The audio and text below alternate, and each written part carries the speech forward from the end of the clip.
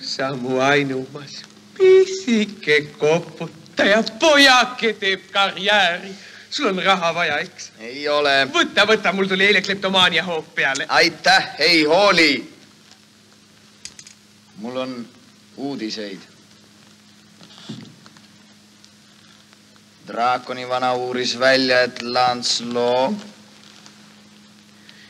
on elukutseline kangelane.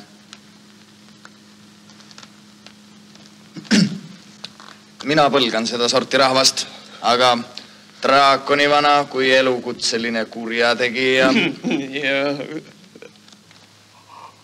Kurjategija peab seda nähtavasti mingil moel tähtsaks. See sind rahutuks ei tee. Kuule isa, ütle mulle õige, sa oled minust vanem ja kogenum. Mis sina eelseisvast lahingust arvad? Mis arvad, kas Lancelot võib võita vasta? Hästi, poeg. Ma vastan sulle selgelt puhtast südamest.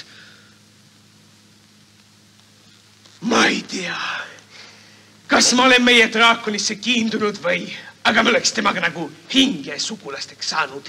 Mina, kuidas sulle öelda, kallis laps, ma võin tema eest oma elu anda. Ja ei, tema võidab, kullakene, võidab meie lendav imeloom, meie miilumaalukene, meie hirm ja arm. Kuidas ma teda armastan. Armastan ja punkt. See on mu vastus sulle. Ole ainult kannatlik, Lancelot. Võib-olla väärivad inimesed kõigile oma puudustele vaatamata siiski hoolt ja armastust.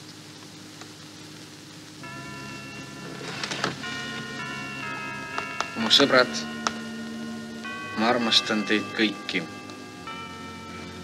Mis mõtet oleks mul muidu teiega nii palju vaeva näha? Ja kuna ma teid kõiki armastan, siis uskuge mind. Me kõik saame kunagi ükskord pärast pikka piina ja muret väga õnnelikuks.